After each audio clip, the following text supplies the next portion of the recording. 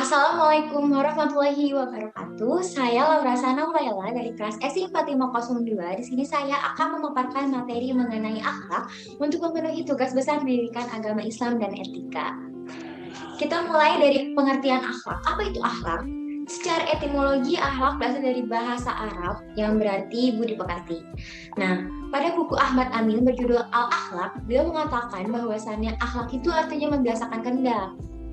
Nah, akhlak pun memiliki macam-macam akhlak. Akhlak itu memiliki 3 macam akhlak. Yang pertama ada akhlak mulia atau akhlakul karimah, akhlak terpuji atau akhlakul mahmudah, dan yang ketiga akhlak tercela ada akhlakul mazmumah. Nah, di sini saya akan memaparkan lebih lanjut mengenai akhlak mulia. Karena sesungguhnya akhlak mulia adalah cerminan kesungguhan iman, yang dimana ada hadis yang berbunyi seorang mukmin yang paling sempurna imannya, yang paling mulia akhlaknya. Nah, itu berbunyi dari hadis riwayat Tirmizi. Nah, apa sih akhlak mulia dan apakah akhlak mulia itu memiliki jenis-jenisnya? Kan tadi akhlak itu ada 3 jenis. Sekarang apakah akhlak mulia itu ada jenisnya juga, atau apa sih yang tergolong ke dalam akhlak mulia itu? Nah, sebelumnya kita akan membahas mengenai akhlak mulia itu dapat disebut juga husnul khuluq atau perangkai baik, yang dimana segala sifat, watak, perilaku yang sangat disukai Allah Subhanahu wa Ta'ala dan disukai pula oleh manusia. Pasti dong kita senang kalau punya temen yang kayak baik hati, sabar, kayak gitu. Itu semua hal-hal yang tergolong ke dalam akhlak mulia. Nah, harus diingat bahwa akhlak mulia itu wajib dimiliki dan wajib diamalkan. Nah, apa aja sih yang tergolong akhlak mulia? Nah, kita lanjut ya. Nah, yang tergolong akhlak mulia yang pertama berbicara yang baik, perkataan yang isinya manfaat, kebijakan, membuat senang pendengarnya atau tidak membuat orang lain marah.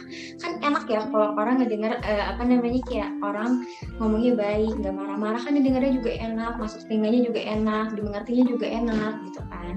Nah, yang kedua ada berkata jujur atau benar, yang dimana sesuai fakta, tidak dilebih-lebihkan dan tidak dikurang-kurangi. Karena kalau dilebih-lebihkan bisa jadi ada yang salah menjadi pastinya jadi fitnah mungkin, dan dikurang-kurangi juga jadi nggak pas, tidak pada porsinya. Jadi semua itu harus berkata jujur atau benar sesuai porsinya yang ada gitu. Yang kedua, yang tergolong akhlak mulia, yaitu ada malu atau haya, rendah hati, atau tawadu. Nah, kita bahas dulu mengenai malu atau haya ini.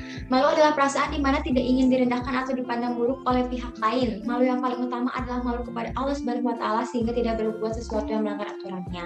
Jadi kalau misalnya kita melanggar peraturan Allah nih, kayak kan kita menjauhi yang Allah nggak suka, misalnya kita mau berbuat jahat gitu, kita harus ingat kayak aduh malu nih ya Allah, dilihat sama Allah, kita harus ingat.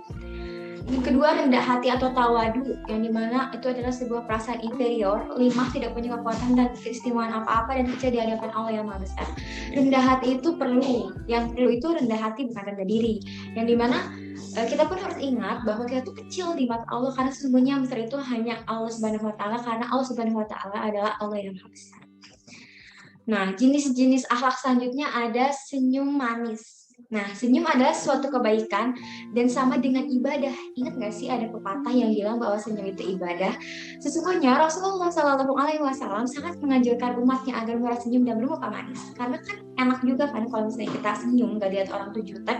Kan kalau ngeliat orang jutek duluan tuh udah takut duluan ya. Jadi kita semuanya awalnya dengan senyuman biar kayak orang yang lihat kita pun jadi seneng gitu. Kuat atau tahan banting. Kuat artinya memiliki ketahanan mental dalam fisik yang tinggi, tidak mudah putus asa, tidak suka mengeluh, dan sehat jasmani rohani. Kuat juga bisa dimaknai unggul dan berkualitas. Kita tuh harus menjadi manusia kuat, bagaimanapun kita jatuh, sudah berkali-kali jatuh, kita harus jadi bangkit lagi, karena sesungguhnya cobaan tuh banyak, tapi kita harus kuat dan tangguh, ya pasti. Selanjutnya ada sabar. Nah, ini tuh agak sulit sebenarnya diterapinnya. Sebenarnya hal yang mudah, tapi agak sulit juga. Kan kita gampang marahnya, jadi kita lihat dulu, sabar merupakan jalan untuk mendapatkan pertolongan Allah Subhanahu wa Ta'ala di samping sholat. Nah, dalam pengertian dan pengalaman kesehariannya, sabar cenderung berarti menahan emosi, menahan amarah, atau menahan diri untuk tidak tergesa-gesa bertindak mengikuti keinginan perasaan. Nah, kan kita kalau misalnya nggak sabar, kayak aduh cepet dong, pengen kayak cepet-cepet beres, misalnya ada kelas bisa nggak ini cepet gitu, harus kita sabar sama kelasnya, kayak kita merhatiin dosennya kayak gitu. Atau kayak pingin sesuatu kayak misalnya kita nge-pressure orang tuh kayak, mah pak mau dong beli ini, tolong cepet besok udah ada dong gitu. Harus sabar, kita tuh nggak boleh kayak tergesa-gesa mengikuti keinginan perasaan, karena kadang itu tuh yang tergesa-gesa pun juga gak baik gitu kan. Adapun sebuah hadisnya Rasulullah SAW mengakui adanya 3 tingkatan kesabaran. Nah, yang pertama ada sabar dalam menghadapi masalah, yang kedua sabar dalam mematuhi perintah Allah Subhanahu Wa Taala, yang terakhir ada sabar dalam menahan diri untuk tidak melakukan maksiat. Wow, bisa nggak ya? Pasti bisa dong. Ini semuanya harus kita jalanin ya. Lalu ada pemaaf. Nah, tidak dendam, memaafkan kesalahan manusia, dan menahan amarah adalah ciri orang yang bertakwa. Menahan amarah. Yang selanjutnya ada menahan amarah. Orang yang sedang marah dikuasai hawa nafsu dan setan, pikirannya jadi tidak jernih dan tidak bersih. Untuk meredam amarah, Rasulullah SAW mengajarkan agar berwudu. Jadi kalau misalnya kita tadi nih, udah ke bawah hawa nafsu gitu, udah gak kuat, gak bisa mengontrol diri, jadi marah, sebaiknya kalau misalnya kita lagi kesel banget sama orang, kita langsung ambil wudhu aja gitu, biar lebih tenang hatinya. Lanjut, ada zuhud, adalah sikap tidak terlalu mencintai dunia, bahkan membencinya dalam batas-batas yang wajar. Nah, kita tuh harus ingat bahwa kita tuh di dunia itu semuanya untuk menggapai nanti kita di akhirat. Jadi penentuannya itu di dunia. Jadi jangan terlalu pentingin dunia yang kayak aduh temen kita gini kok kita nggak gini sih gitu. Kita mengikuti perintah Allah dan menjauhi larangan Allah aja yang pasti. Selanjutnya ada qanaah, yaitu merasa cukup dengan rezeki yang diberikan Allah Subhanahu Wa Taala. Sikap ini membuatnya tenang dan senantiasa mensyukuri pemberiannya. Jadi kita harus bersyukur sekecil apapun, apalagi lagi kondisi pandemi kayak gini, kayak dikasih kesehatan tuh kita tuh harus bersyukur, karena sekarang tuh orang gampang sakit kena pandemi ini COVID-19 kan agak sulit ya, mungkin nyari oksigen segala macam. Jadi kita harus bersyukur kita masih dikasih kesehatan sama Allah gitu. Selanjutnya ada waro, atau menjauhi barang syubhat karena takut jatuh kepada keharuman. Yang dimana syubhat sendiri artinya tidak dapat dipastikan halal haramnya, berada antara halal dan haram. Jadi kalau kita misalnya masih bingung nih halal atau haram ya, jadi sebaiknya kita jauhin karena kita masih belum tahu pastinya kayak gimana. Yang selanjutnya ada suka menolong atau membantu orang yang sedang dalam kesulitan dan meringankan ibadah. Itu tuh yang terakhir tuh tergolong akhlak mulia. Nah, suka menolong tuh kalau misalnya suka menolong sih aku ibaratinnya ya kayak kita nanam bibit aja.